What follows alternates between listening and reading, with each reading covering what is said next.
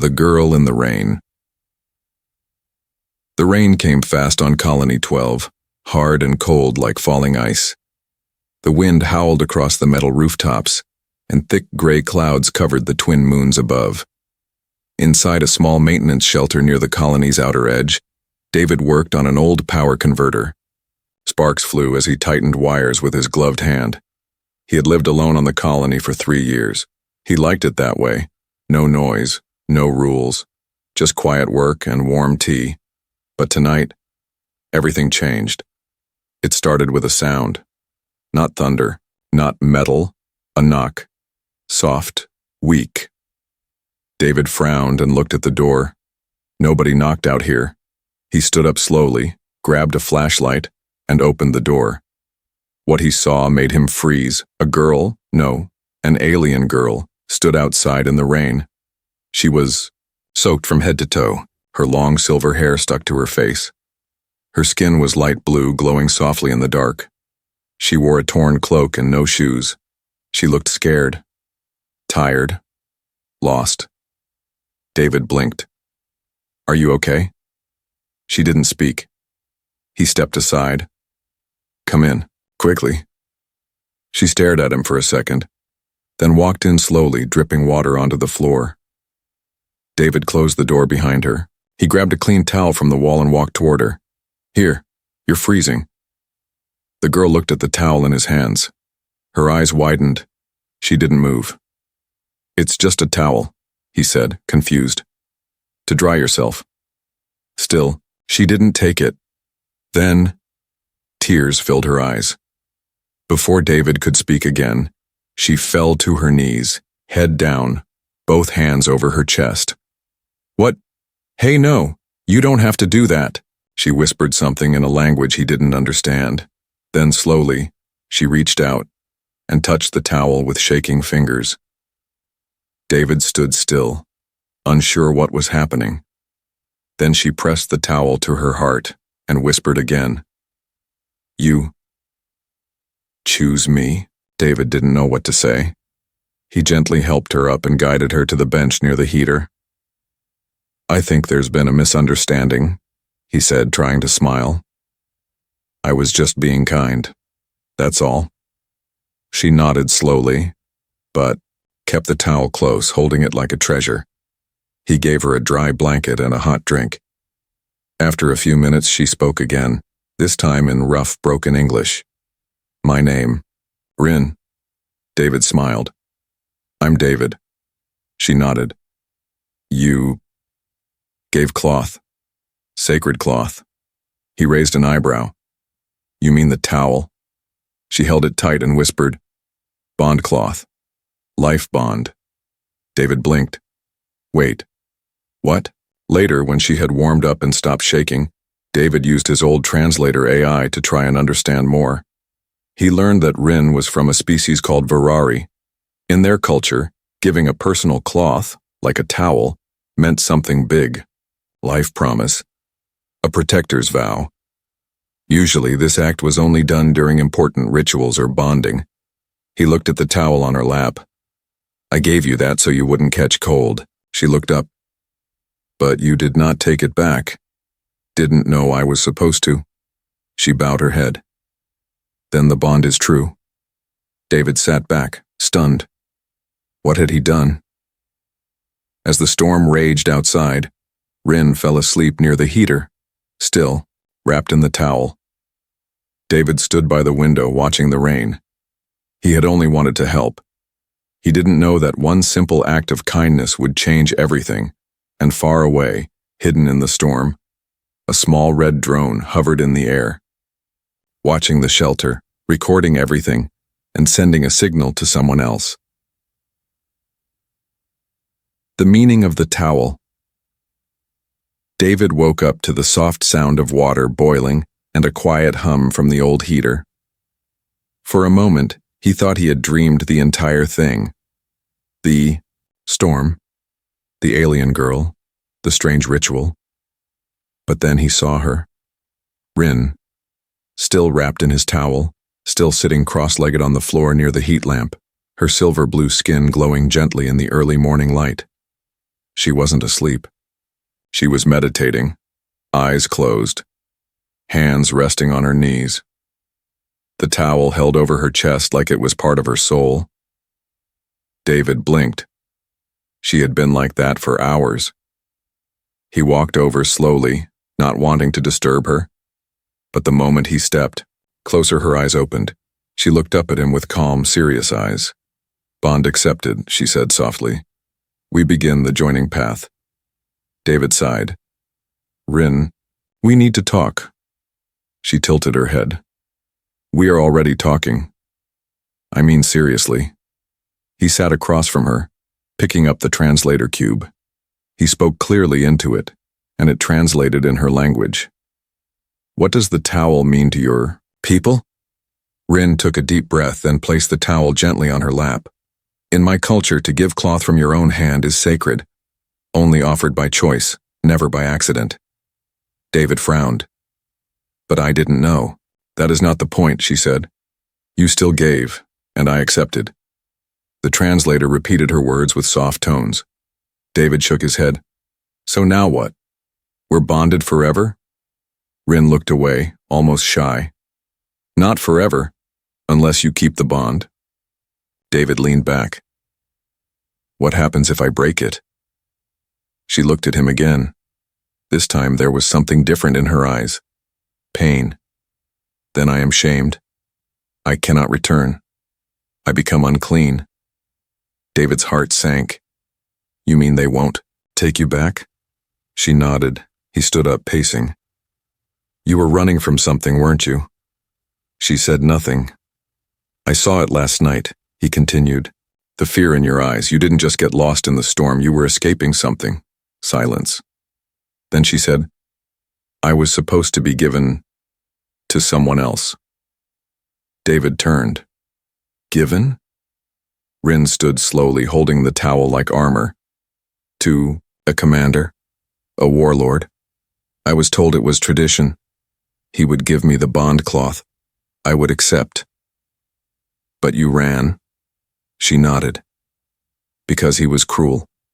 Because I had no voice. No choice." David's hands clenched. "And I gave you the towel, without knowing any of this." "Yes," she said. "But it was real, it was kind. That is what made it true." Outside the storm had passed, but the clouds remained heavy. David walked out to check the motion sensors and solar panels. The air was still wet and cold. He worked fast. But as he reached the edge of the fence, he saw something small near the ground. A silver disc. Still warm, a scout drone. Someone had been watching them.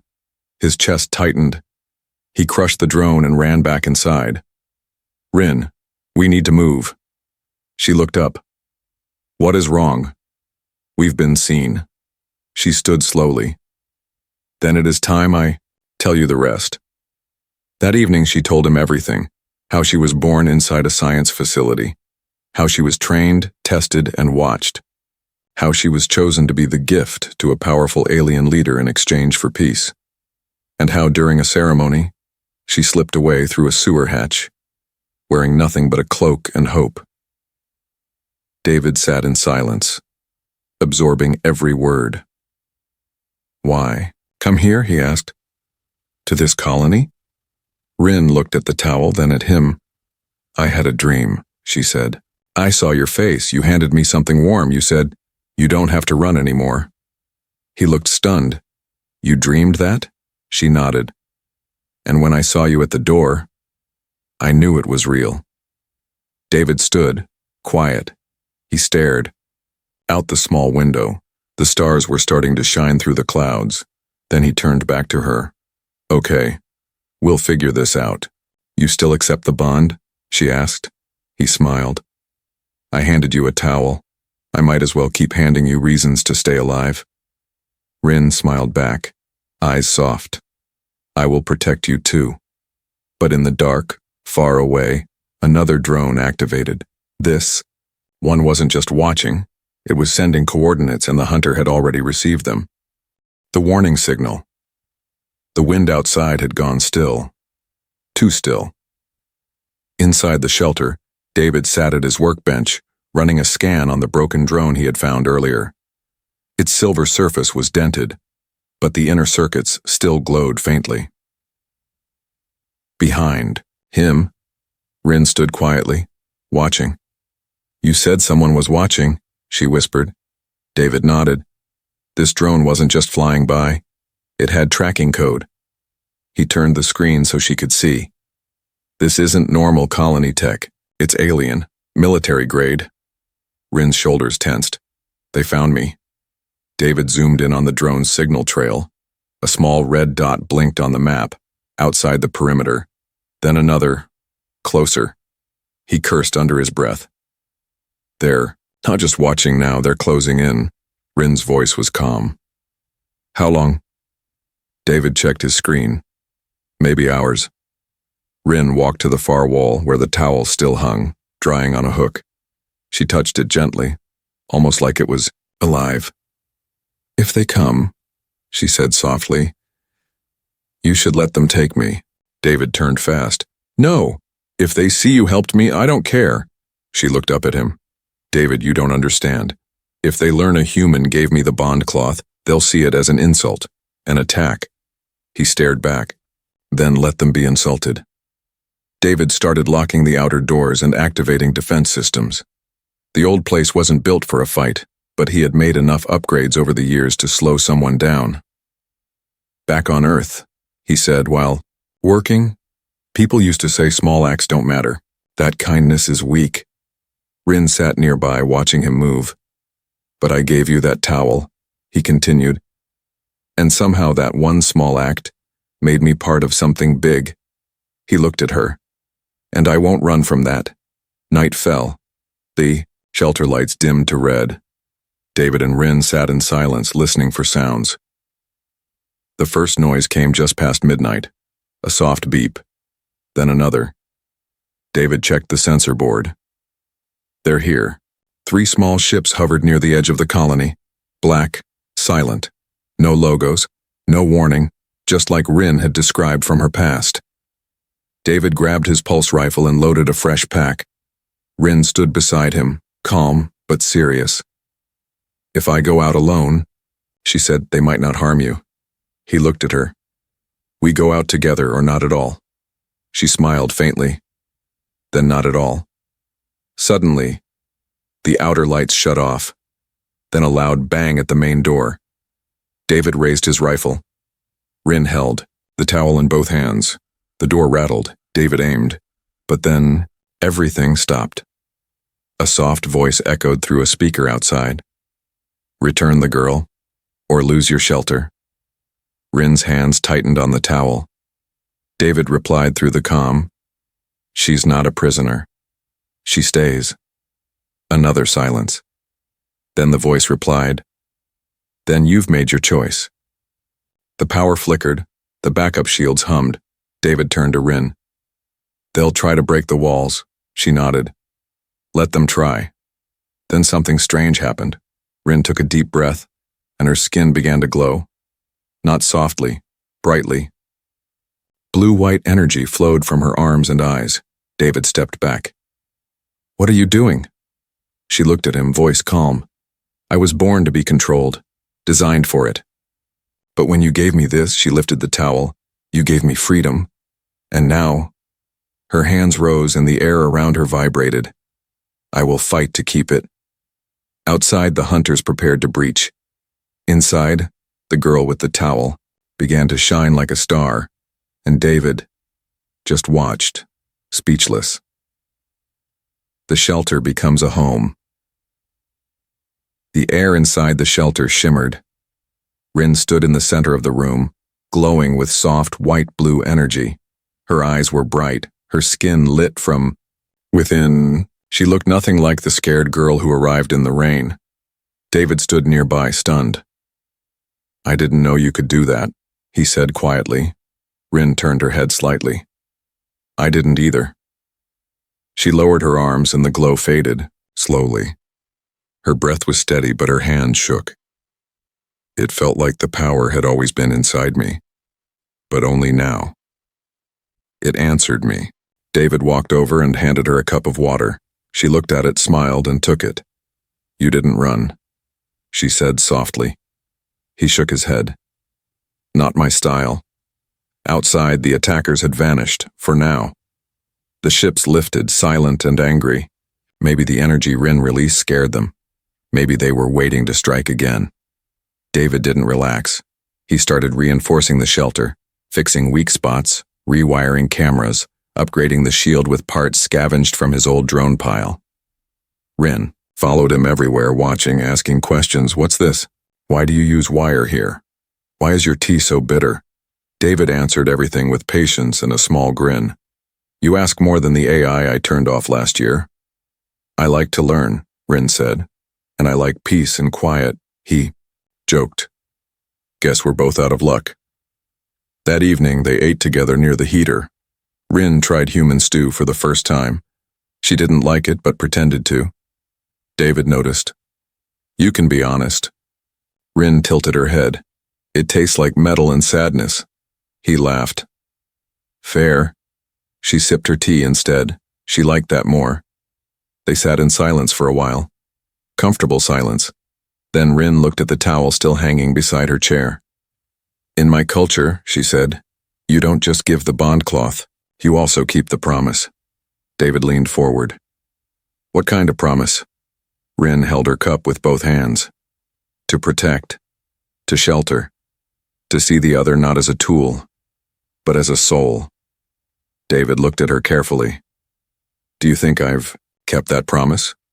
Rin looked around the room. Then at him. Yes. This place was a shelter. But now, it feels like home. Later, while David was fixing the main generator, Rin stood outside under the sky. The clouds had cleared. The stars were out. She raised her hand slowly and tried to call the light again. Nothing happened. She tried again. Still nothing. She frowned. Then she heard a voice. Don't force it, David said behind her. You don't have to glow to be strong. Rin turned to him.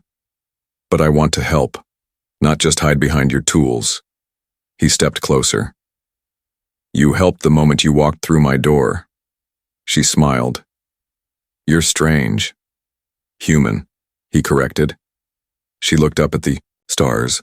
I don't think you're just human. That night, as David worked on shielding the roof, Rin found an old metal plate in the back of the workshop. She took some paint and started writing on it in both her language and his. When David finally noticed, he walked over and read it aloud. Home. Shared. Chosen. She looked up. Do you like it? He nodded. Yeah, I really do. But while they laughed and fixed things and built trust, far away, in a cold command room, a shadowed figure watched the last drone's recording. The girl's glow. The humans' defiance. The towel on the wall. They bonded, the voice hissed. Begin phase 2. If we can't get the girl, we'll burn the planet. The message from space. The shelter was quiet again. David stood outside, fixing the old antenna on the roof. The sky above was clear now. No ships, no clouds, just distant stars blinking softly in the black. Inside, Rin was humming a soft tune. She had started singing to herself lately. Alien words David couldn't understand, but the melody was peaceful. He smiled to himself. For the first time, the place didn't feel like just a workshop. It felt alive. But peace never lasts long on the edge of the galaxy. Suddenly, the antenna let out a sharp beep, beep, beep. David looked down at the console. The signal screen was blinking. Incoming transmission. Priority level red. He called out, Rin. She rushed to his side as he clicked the receiver. The screen crackled to life. A grainy face appeared, half covered by shadows. Not human. Not friendly.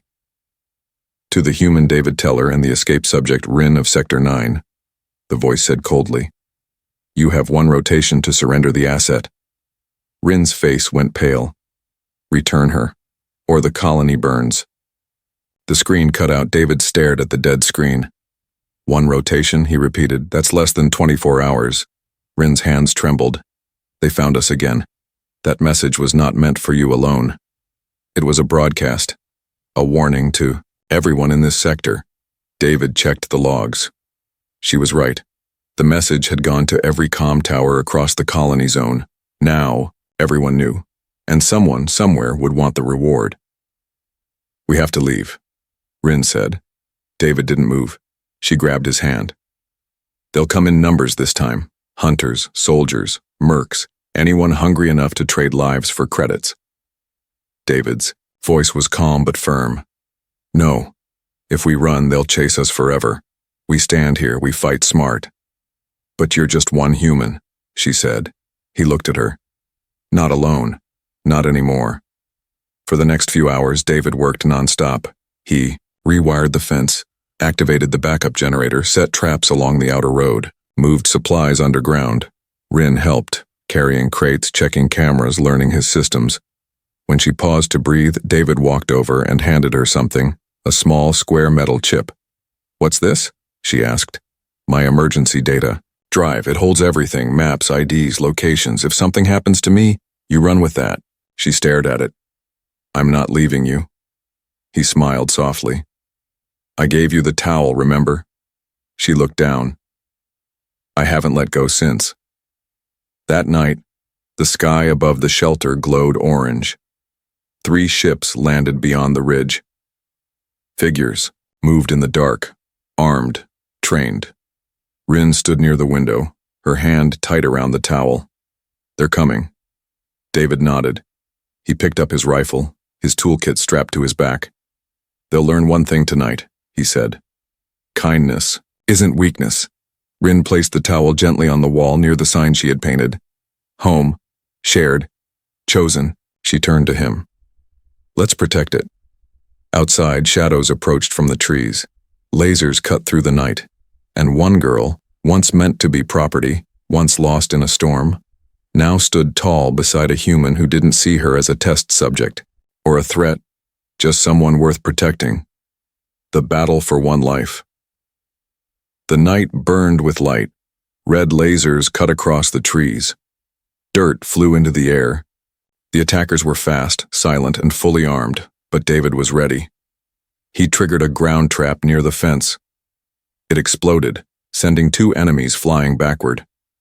Inside the shelter, Rin watched every camera. Her fingers hovered over the control panel. She didn't want to hide. Not anymore. She wanted to fight not with weapons but with purpose. David ducked behind a solar panel and fired his pulse rifle at the shadows moving through the dark. They were fast. Too fast. Rin, he shouted over the comm. Activate. The outside floodlights. Rin slammed a button. 4 bright spotlights lit up the area like daylight. The attackers paused for just a second. David used that moment. He shot again. Direct hits. 1 dropped. The others scattered. Inside, Rin's eyes glowed faintly. She could feel something deep in her chest. Something rising again. She remembered that first night. Wet. Scared. Cold. When he handed her a towel. He didn't ask who she was. He didn't care what she was made for. He just saw her. Now she saw him fighting for her. Alone. She couldn't let that happen. She ran to the weapons cabinet. She grabbed a shock baton, small, light, but powerful, and stepped outside. David spotted her from across the yard. Rin, go back inside. She didn't answer. She ran past him, straight toward the attackers. One of the enemies turned, ready to shoot. Rin leaped forward and slammed the baton into his chest. The charge knocked him to the ground. Another aimed his rifle, but David tackled him from the side. They both rolled in the dirt, fighting for control. Rin rushed to help. Together, they overwhelmed him. The attackers began to retreat. 2 ships lifted off and vanished into the sky. But one stayed behind. A larger one.